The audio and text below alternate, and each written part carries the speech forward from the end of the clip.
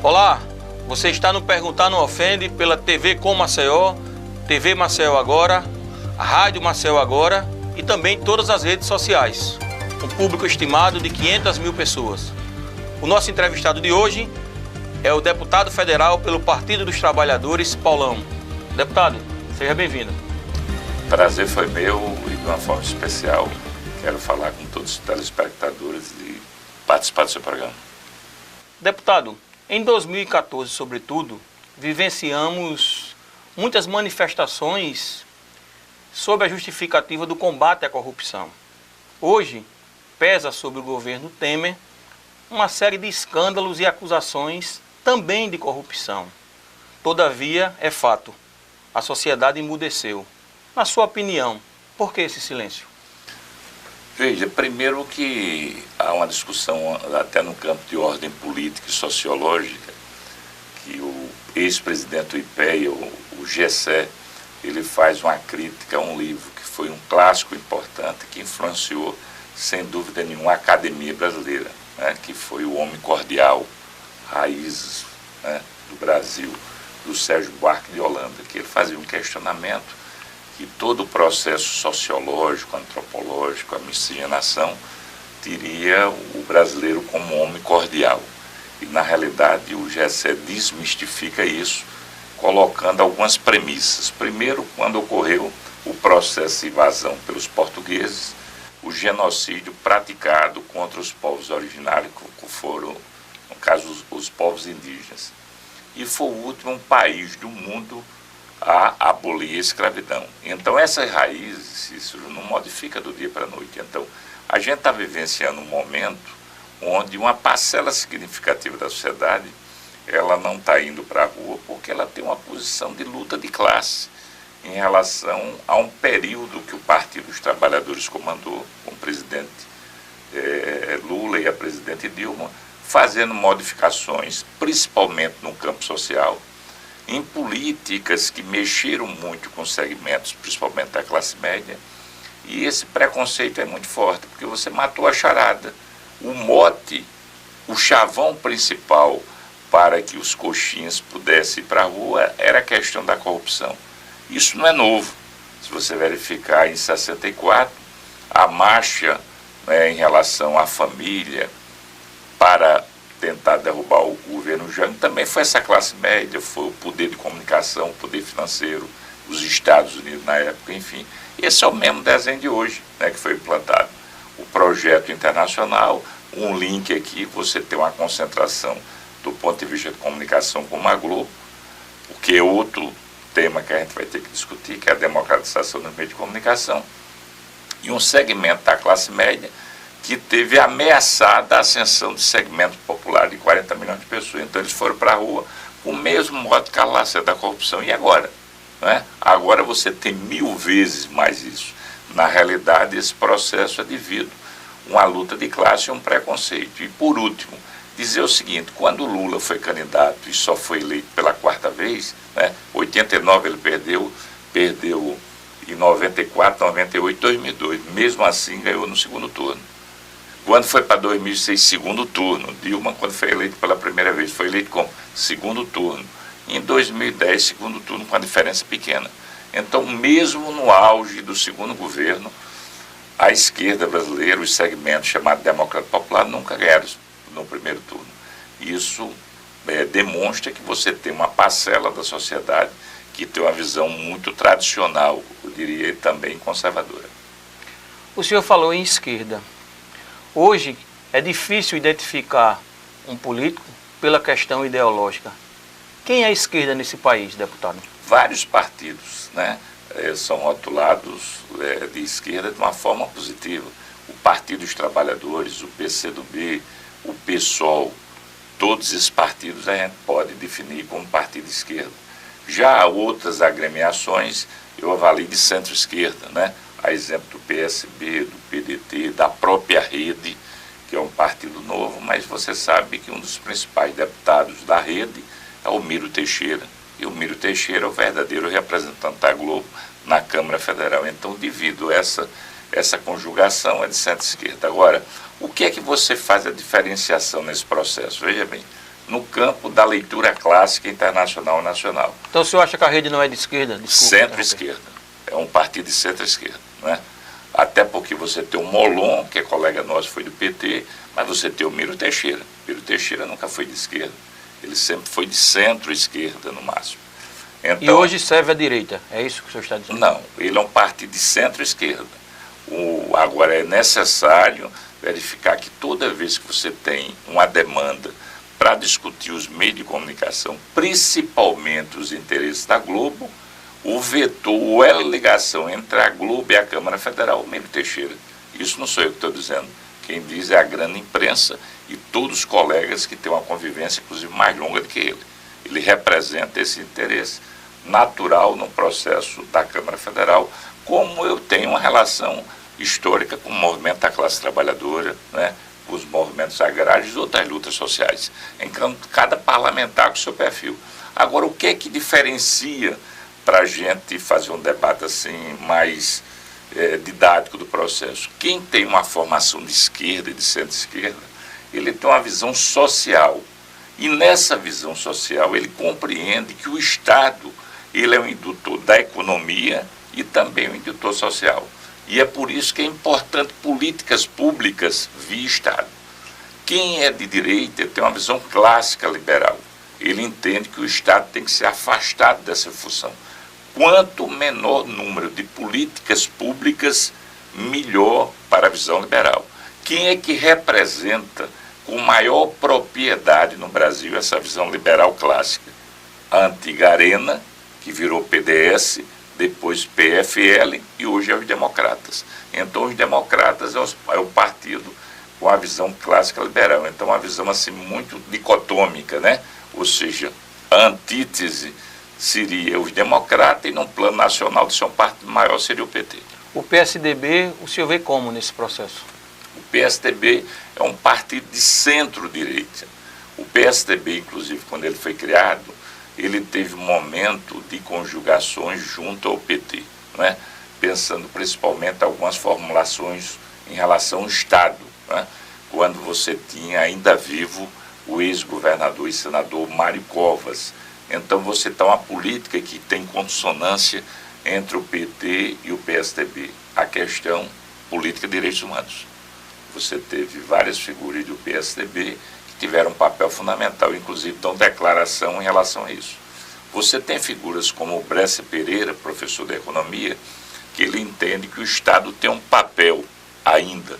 E é por isso que ele fez um grande artigo agora relativo a essa postura desse governo legítimo do Temer em relação a essa posição desenfreada de tentar privatizar a qualquer custo empresas estratégicas, como o Correio, como o Banco do Brasil, Caixa Econômica, Petrobras e Eletrobras. Ele condenou.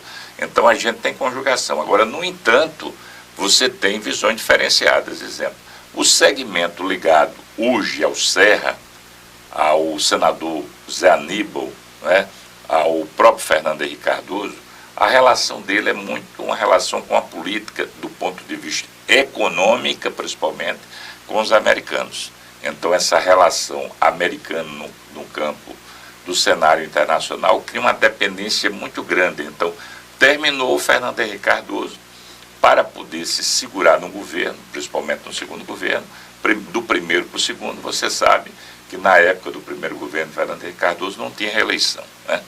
E foi feita uma reeleição. E o projeto apresentado, a PEC da reeleição, foi o atual ministro da Educação, Mendonça Filho, né, do Democratas de Pernambuco. E naquele momento a grande imprensa nos noticiou, que não foi diferente agora em relação à questão do Temer, a troca de favores, recursos, inclusive denúncia de parlamentares que receberam pelo seu voto valores enormes, coordenado inclusive pelo ex-presidente do Banco Itaú, hoje falecido Olavo Setúbal. Então, a partir dali, o Fernando Henrique, o PSDB, faz uma flexão, uma parceria com o chamado Centrão, que hoje é a bancada do agronegócio, que dá sustentação. Aí houve uma separação muito grande entre a visão estratégica de Estado do PSDB e do PT. Mas até então, tinha alguns pontos que a gente tinha conjugação. Voltando à questão da corrupção, deputado, queria saber do senhor. Deputado, o PT é o partido mais corrupto do país? Não considero isso. Isso, inclusive, é uma mantra que foi discutido, e quem criou esse mantra com muita propriedade foi o agente, né, o ministro da propaganda do governo nazista, chamado Goebbels, quando ele diz que uma notícia repetida várias vezes, ela se torna verdade. A gente tem uma discussão muito forte em relação à concentração dos meios de comunicação no Brasil. Alguns falam que são 6 famílias, outros são 10 famílias. E, inclusive, quando a gente discuta a democratização dos meios de comunicação, aí você vê figuras aqui como o dono da TV Pajuçara, um dos donos, né? O deputado José Tomás Nonô, ele dizendo que o PT quer censura. Não, o PT quer o projeto da FENAGE, Federação Nacional de Jornalistas. E esse projeto, o fundamento dele é o fundamento da lei dos médios da Inglaterra. Aqui é tribuna livre, viu, deputado? Da Inglaterra. Então, veja bem, quem foi que fez esse enfrentamento aqui ao lado, na Argentina? Cristina Kirchner, com o grupo Clarim, que equivale à Globo do Brasil. Qual é o fator fundante desse projeto da democratização? Se você é dono de rádio, não pode ser de TV. Se é de TV, não pode ser de jornal. Aqui não, você tem uma concentração, é só isso. Então, o que a gente está querendo é o modelo inglês, que é o modelo, inclusive, clássico do capitalismo, né? O Lula, no primeiro governo, que ele tinha um nível de aceitação popular muito grande, ele não fez esse enfrentamento. Inclusive, era um momento de você atingir a Globo, porque a Globo estava com uma dívida imensa, tanto na Previdência, quanto em relação ao imposto de renda e também ao BNDES. E terminou compactuando com isso, imaginando que essa parceria dava certo. E você veja que a Globo, sempre na história do Brasil, toda vez que tem crise, ela é um dos vetores principais no sentido de estabilizar a política. Ela foi responsável pela ditadura militar, ela foi responsável pela criação do Collor e ela foi responsável também pela derrubada da presidente Dilma. O senhor reconhece que o PT falhou nesse processo de democratização da mídia enquanto esteve à frente do governo federal? Eu avalio que sim. Eu avalio que o PT deveria ter sido mais atuante nesse processo, a exemplo da presidente da Argentina, Cristina Kirchner, repito, a lei dos médios, que é um modelo inglês. Como o PT também falhou, e é natural, Cícero, a gente fazer autocrítica, no momento do auge do primeiro governo para o segundo, a gente ter feito a discussão da reforma tributária. A reforma tributária é essencial para o Estado brasileiro funcionar. Quem é que paga tributos, impostos? Você que está ouvindo o programa, né? Seja ouvindo através do sistema de rádio, através do sistema dos meios de comunicação, no seu smartphone, que eu falava aqui com o Cícero, ou na TV. Veja bem, quem paga tributos é o pobre. Por quê? Porque a nossa base do tributo é o consumo. Então, quando você pega esse copo com água aqui e você compra água mineral, o que é que pesa no valor? O que pesa é o imposto.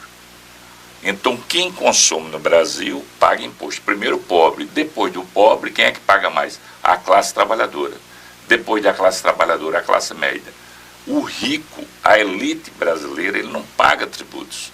Então, a gente deveria ter tido a altivez e a coragem de ter feito a reforma tributária para retirar a tributação dos ricos, dos poderosos. Eu vou dar um exemplo concreto. Você que está endividado, você que está no prego, devendo cheque especial, tudo paga tributos. Agora, se eu estiver aplicando dinheiro na Bolsa de Valores, que é especulação financeira, que não gera um emprego, a não ser no sistema financeiro, eu não pago nada.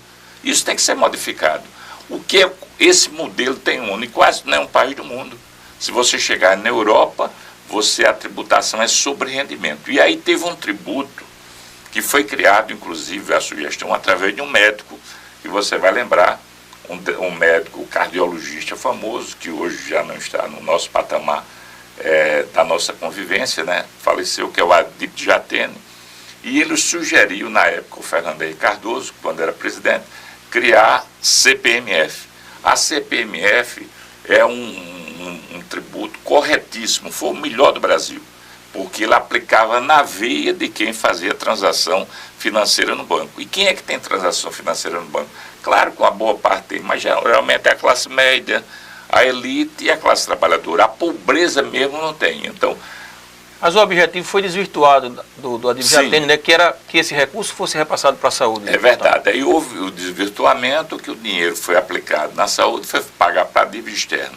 O PT, por sua vez, reagiu, votou contra. Quando o Lula assume, recria a CPMF através de decreto, mas quando ele apresenta o projeto, a gente perde por poucos votos.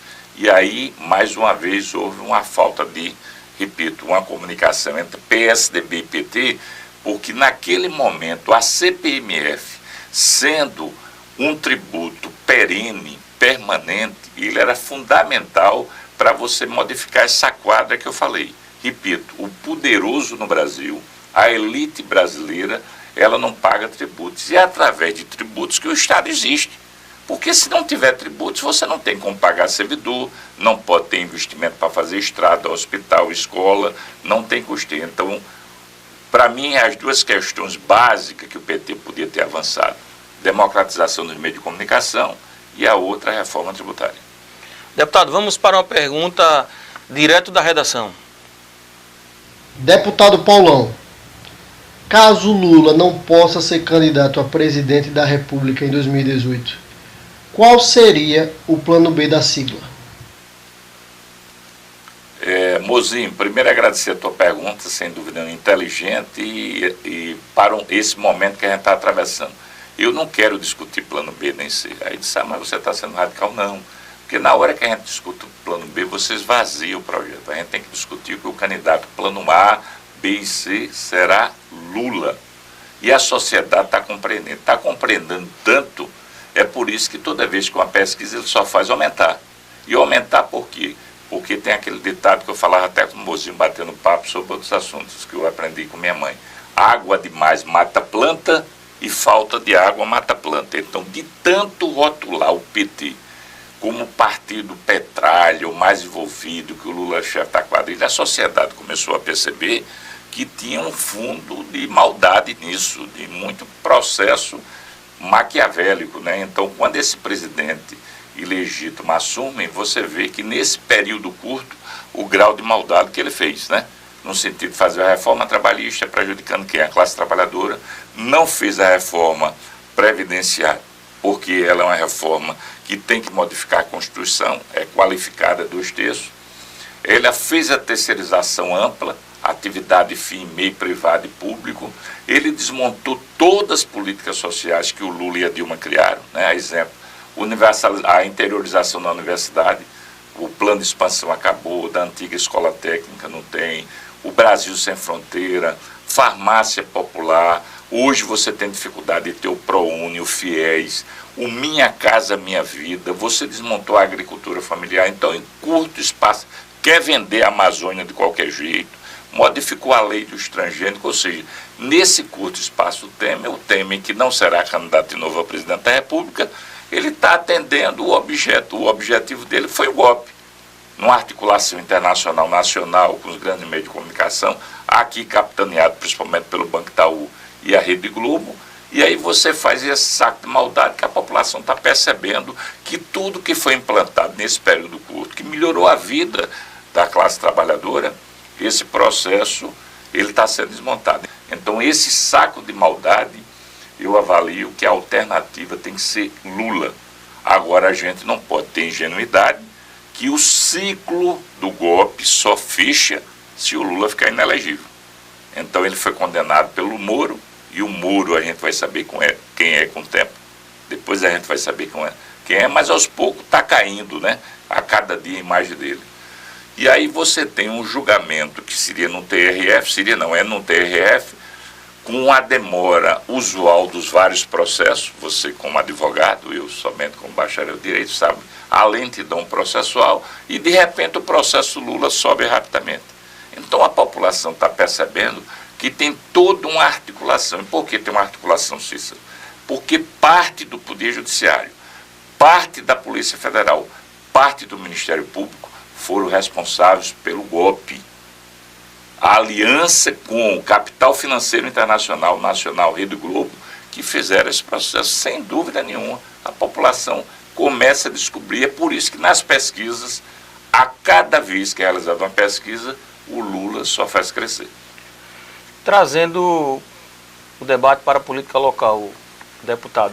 O senhor foi candidato a prefeito nas últimas eleições municipais, prefeito de Maceió. Não venceu.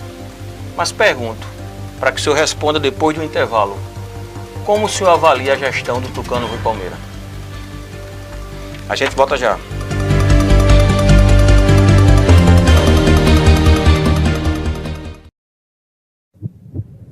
Você já sabe que pode contar com pronto atendimento no Hospital Vida. Para os casos de emergência, o Hospital Vida dispõe de todos os procedimentos de excelência. O único hospital na Ponta Verde conta com centro cirúrgico, UTI e centro de diagnósticos. Porque quando a vida depende de segundos, o Hospital Vida está pronto para cuidar de você e de quem você ama. Hospital Vida, humano por natureza. Diretor técnico médico Miguel Arcanjo Barbosa, CRM 1345 Lagoas.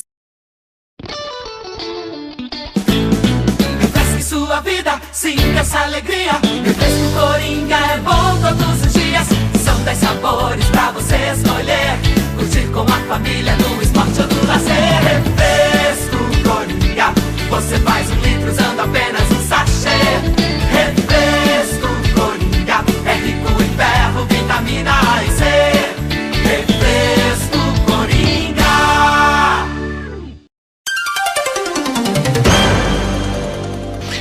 Estamos de volta com o Perguntar Não Ofende, hoje com o deputado federal Paulão. E eu vou refazer a pergunta, deputado. Como o senhor avalia a gestão do Tucano Rui Palmeira? Péssima. E a sociedade compreende esse processo. Eu avalio, se num período eleitoral a gestão dele demonstrasse depois, 3 meses depois, possivelmente ele não seria eleito, né? E eu estou dizendo isso, não é porque minha candidatura seria a candidatura que competia. Na realidade, teve uma série de acontecimentos, a própria realidade que o PT atravessava, que não foi uma realidade somente aqui de Maceió, de todas as A conjuntura capitais, era desfavorável. Desfavorável.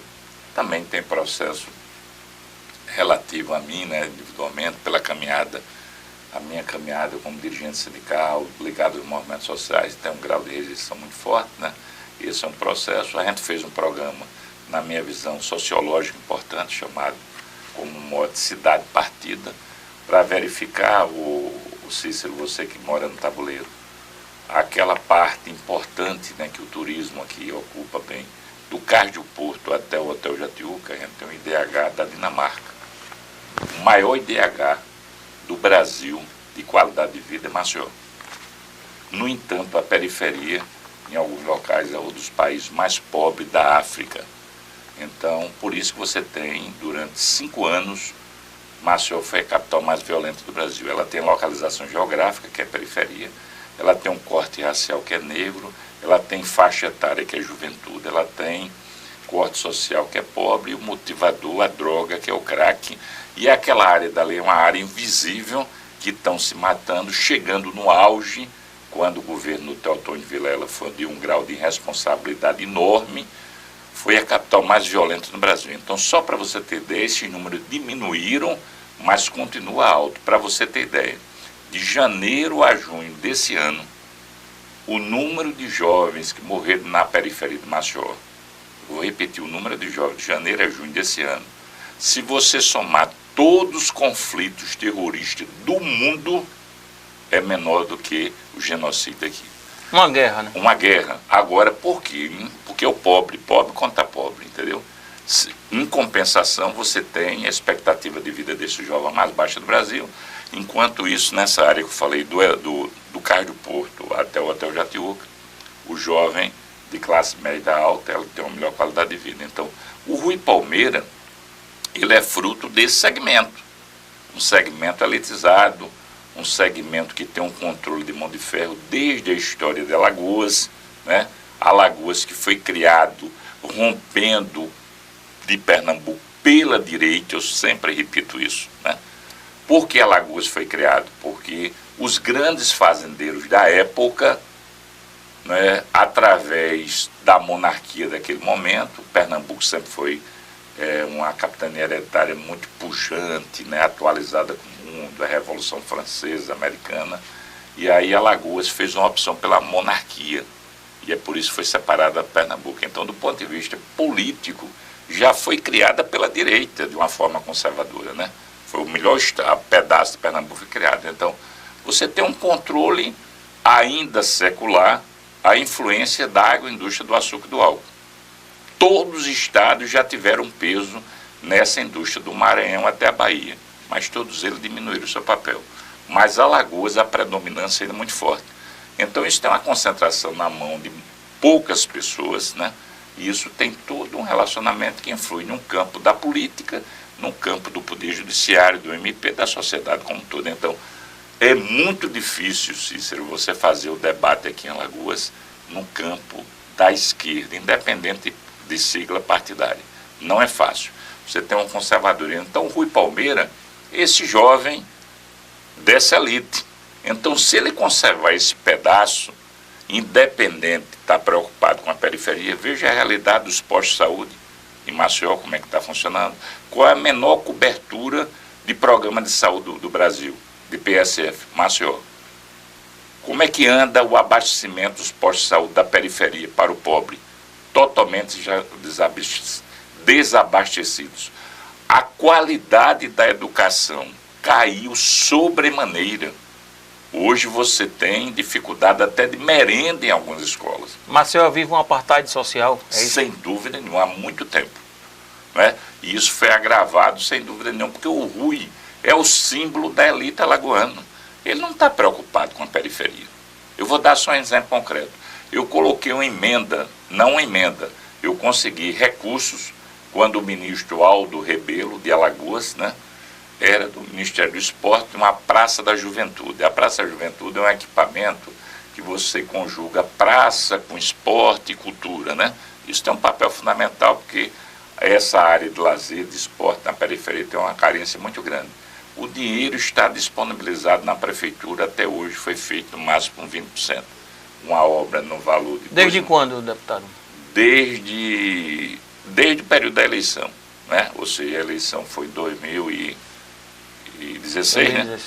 2015, 2016 já está disponibilizado. Um ano quase. Mais de um ano. O dinheiro está disponibilizado, a obra está praticamente paralisada no Benedito Mendes. Falta de quê? Falta de interesse de gestão do prefeito. Eu coloquei um valor substantivo também no conjunto Santa Helena, um conjunto muito pauperizado, ali ao lado do complexo penitenciário, né? Tem vários conjuntos, justamente para o processo de drenagem, né? Calçamento, etc. A mesma coisa sem fazer. Então, não é prioridade. Em compensação, nesse trecho que eu falei, qualquer buracozinho, a operação tapa-buraco está lá presente, as faixas, os pardais, né? Enfim, o policiamento também da Guarda Municipal, tudo tem aquela proteção, repito, naquele pedaço, que é válido. E eu não tenho preconceito, não, né? Eu avalio que essa qualidade de vida ela tem que ser para toda a população. Inclusive, eu moro num bairro, nesse trecho que eu falei. Agora, é preciso que a prefeitura ela tenha a mesma tratativa em relação aos outros bairros. Eu vou levantar uma questão simbólica, Cícero. Sendo prefeito de Maceió, uma política pública que eu priorizaria com prioridade número 1 seria a educação e fortalecer a rede de creches. Porque creche é você cuidar da pessoa que nasce, da criança.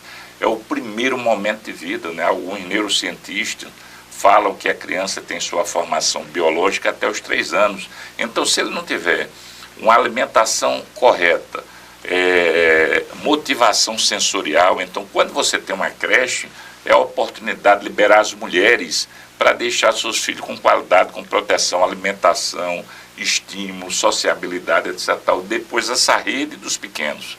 Então, na hora que você tem esta oportunidade de creche e escola para os pequenos, sem dúvida nenhuma você muda a realidade, porque está provado. Cada investimento na educação, cada dólar que é aplicado, você retorna para a economia $4. Porque um dos problemas que tem, o que é? Qualificação de mão de obra. Aí uma criança que nos seus primeiros dias ele não tem esse estímulo, como é que você vai querer que ele tenha um nível de competitividade nesse mundo globalizado? Então a educação seria a prioridade. Infelizmente, para o Rui, não a prioridade dele é outra, não é? Repito, às vezes é o asfalto somente numa parte de Maceió, enquanto isso a educação e a saúde em Alagoas está totalmente abandonada. Para garantir sua reeleição, deputado, o senhor poderá se aliar novamente ao senador Renan Calheiros? Outra pergunta, o senhor é candidato à reeleição a deputado federal ou pensa numa possível candidatura em nível estadual? Não, sou candidato a federal. Eu entendo que fui vereador por Maceió, deputado estadual, sou candidato a federal. Dificuldade em eleições todas existem, desde vereador, deputado estadual. Entendo que tem vários nomes que irão competir com qualificação, disponibilidade e chance reais de serem disputados. E eu sou também da tese que tem que renovar, não é? Então, meu papel, eu acho que eu consigo ser mais útil no plano federal. O PT não tinha representação, era um dos poucos estados no Nordeste, era o único estado que não tinha representação. Aliás, é aqui e no Rio Grande do Norte, desculpa. Dos 7, dos 9, só não tinha em 2. Então, sou candidato federal. Em relação à aliança, que o pessoal tenta personalizar em relação ao Renan Calheiros, você não faz aliança com pessoas, você faz aliança com o partido. O PT poderá fazer aliança com o PMDB? Poderá, ou não. O PT participou do projeto apoiando o atual governador Renan Filho, participou inclusive do governo na Secretaria de Assistência Social, que depois foi modificada para o trabalho através do titular da pasta, Joaquim Brito, e o PT sai de governo. Eu estava na presidência do PT. Qual foi o motivador? Foi um motivador estadual ou nacional? Foi um motivador nacional. Quando o processo de impedimento, de impeachment da presidente Dilma chega ao Senado, é verdade que já tinha tido etapas, mas a gente esperava uma posição diferenciada do senador Renan Calheiros. Então, quando rompe, a gente percebeu que a narrativa tinha tido uma fratura. E o PT, eu expus isso numa rede interna, do próprio partido, a executiva deliberou a saída, mas a saída do governo foi diplomática, sem arranhões, o governador lamentou. E agora começa a ter uma discussão, o partido participa ou não participa? Teve fatores novos que poderão ensejar o debate, sim, e você cita o nome da personalidade, que é o senador Renan Calheiros. Renan Calheiros, ele foi favorável, votou no golpe, ele foi favorável ao programa chamado Ponte para o Futuro, né? Que na minha visão não é o ponto para o futuro do PMDB, é a pinguela para o atraso, né? E aí o que está ocorrendo agora? Ele faz uma flexão. Então ele começa a ser oposição ao governo, dando declaração, votando contra a reforma trabalhista, votando contra, já dizendo se chegar lá que não chegou, a reforma da Previdência, fazendo críticas diretas, sendo retaliado agora, inclusive a última retaliação foi o superintendente da Conab, Eliseu Gomes, que era uma indicação dele, foi exonerado através do governo Temer.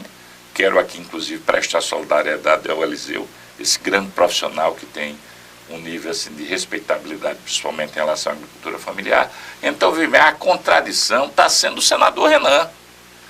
Na visita da caravana do Lula para o Nordeste, tanto o governador como o senador fizeram questão de recepcionar o Lula. Qual é a contradição? É do Lula ou do governador, do senador? Do governador e senador, que tiveram uma postura corajosa de recepcionar o ex-presidente e por isso estão tendo retaliação. E tiveram, repito, o caso da Conab é um. E também projetos que viriam para Alagoas, o Temer está retaliando. Então, veja bem, esse desenho, quando o Lula chega em Alagoas, ele tem a oportunidade de fazer uma visita, que você acompanhou primeiro em Penedo, depois Arapiraca e Maceió, e ele fez questão de agradecer ao PMDB de Alagoas, como agradeceu também o PMDB de Sergipe. É preciso registrar que o PT tem aliança com o PMDB de Sergipe, continuou, nunca rompeu. Então, esse processo é um processo de parceria importante, independente de estar no governo. Então, essa discussão de voltar ao governo é uma realidade que compete agora o diretório estadual do partido, que tem uma nova presidência, que é o companheiro, o seu colega advogado Ricardo Barbosa, que no momento exato irá discutir e tomar rumo de voltar o não. Agora, uma coisa eu quero destacar, Cícero. Para você fazer o enfrentamento de uma realidade de um governo legítimo que está fazendo maldade toda semana, né? É necessário a gente ter capacidade, que não vai ser o PT isolado que vai fazer o enfrentamento ao Temer. Não vai ser somente o PT e esse campo da esquerda que a gente vai dar a resposta de mobilizar o povo. Por quê? Porque dos 513 deputados, se vocês tomar a esquerda clássica, você chega a 100 votos. E o restante?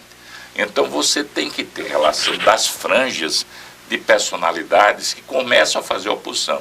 Exemplo, no Paraná, não é? O ex-governador e senador Requião, do PMDB. Temos ou não diálogo com ele? Temos que ter. Aqui, Jacques Barreto, Sergipe também. E o senador Renan e o próprio governador, já que estão com uma postura alinhada de oposição ao governo, sem dúvida nenhuma a gente tem que ter capacidade de diálogo e pode ser que num projeto futuro a gente esteja junto, ou não. Mas essa decisão compete à direção do PT Alagoas. Vamos para uma pergunta, voz da rua, diretamente da rua. Olá, Paulão. Me tira aí essa dúvida. Em meio a toda essa crise, do início até agora, pós-golpe, me diga aí, qual seria, na tua visão, a saída da esquerda para emergir vitoriosa? Forte abraço. Quero agradecer o companheiro que fez a pergunta. Na minha visão, neste momento, a gente tem que ter uma unidade de ação. A saída, por mais que você tenha outras candidaturas qualificadas, mas os números apontam que não tem relação popular. Na minha visão, a saída é Lula. Lula que é a alternativa, não é? Você tem candidatura de pessoas que eu tenho um grande respeito, como Ciro Gomes, outras candidaturas, agora o número é muito pequeno. Então a saída nesse momento é Lula. A unidade de ação no campo da esquerda, de centro-esquerda e da população da classe trabalhadora é a candidatura de Lula. Muito bem, deputado. Vamos para um quadro de 0 a 10. Vamos apresentar aqui uma imagem de uma circunstância, de uma figura, e o senhor atribui uma nota e faz um breve comentário, deputado. Vamos à primeira imagem. Operação Taturana. Operação Taturana, eu avalio que ela tem uma nota 7. Inclusive, você sabe que nessa Operação Taturana, quando o Procurador-Geral de Justiça, o Guaraci Fonseca, ele apresenta para a sociedade o indiciamento a denúncia de vários deputados que compunham a mesa, ele cita meu nome como sendo uma pessoa importante para esse processo de desmontar aquela casa. E depois meu nome foi envolvido, né? E aí o que está ocorrendo? Esse processo foi em 2007, a gente está em 2017, 10 anos atrás. Paguei um preço altíssimo, não sei se estou pagando ainda. Agora, só para você ter ideia, aquela operação que eu fui indiciado, certo? Em 2007, até hoje eu não fui nem denunciado. Vamos para mais uma imagem. PSDB de Alagoas. PSDB de Alagoas. PSDB de Alagoas eu daria nota 2, né? E por que não dou 0? Porque de qualquer forma governou. Eu não sou daquela tese que nada é aproveitado. Você tem políticas que foram implantadas, que quando eu fui deputado estadual, inclusive, aprovei, principalmente no primeiro governo Del, havia um secretário de planejamento chamado Sérgio Moreira, que tem uma figura que eu posso ter discordância no campo das ideias, mas uma pessoa muito correta, e ele pensava no Estado e apresentou projetos que em determinado momento, dos 27 deputados, o único de oposição fui eu, era 26-1, e teve projetos apresentados pelo Sérgio, o único voto foi meu. Então avalio que teve um momento. Depois que ele saiu, não. Aí entrou algumas figuras, aí é como diz o jargão popular, foi bagaceira. Vamos para mais uma imagem. Operação Lava Jato, deputado. Operação Lava Jato, ela tem o seu mérito, e eu avalio que ela tem nota 3, porque ela tem que aprofundar, a corrupção tem que se aprofundar em qualquer parte do mundo.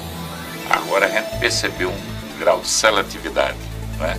O atual juiz Moro não tem grau de imparcialidade nenhuma.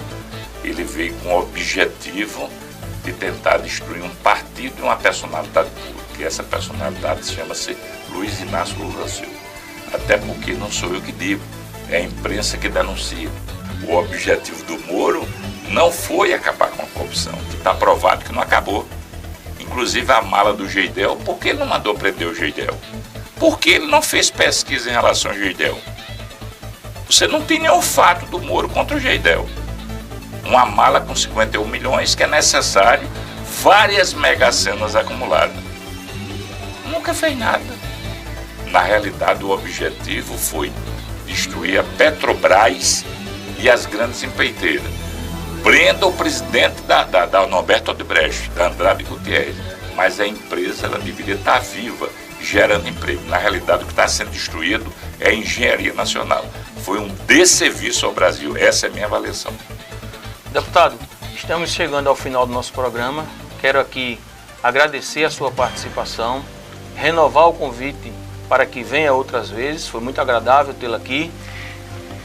Poder dizer à sociedade que é muito importante que representantes políticos possam prestar contas da sua atuação política, e eu deixo aqui um espaço para que o senhor faça suas considerações finais, por favor. Eu quero agradecer à TV Canal 12, ao Cajueiro, quero agradecer o Mozinho, que bati um papo com ele, eu tive a oportunidade de trabalhar com o seu tio, o colega lá da Mozinho, da antiga CEAL, de uma forma, uma boa surpresa, Cícero, você que eu tive a oportunidade de conhecê-lo, muito jovem ainda, no movimento estudantil, depois na luta dos Correios, hoje advogando, fazendo um papel importante em relação aos oficiais de justiça, já demonstrando sua capacidade de liderança, num plano nacional também, inclusive está indo a Brasília, e eu quero me colocar à disposição e dizer que foi uma grande satisfação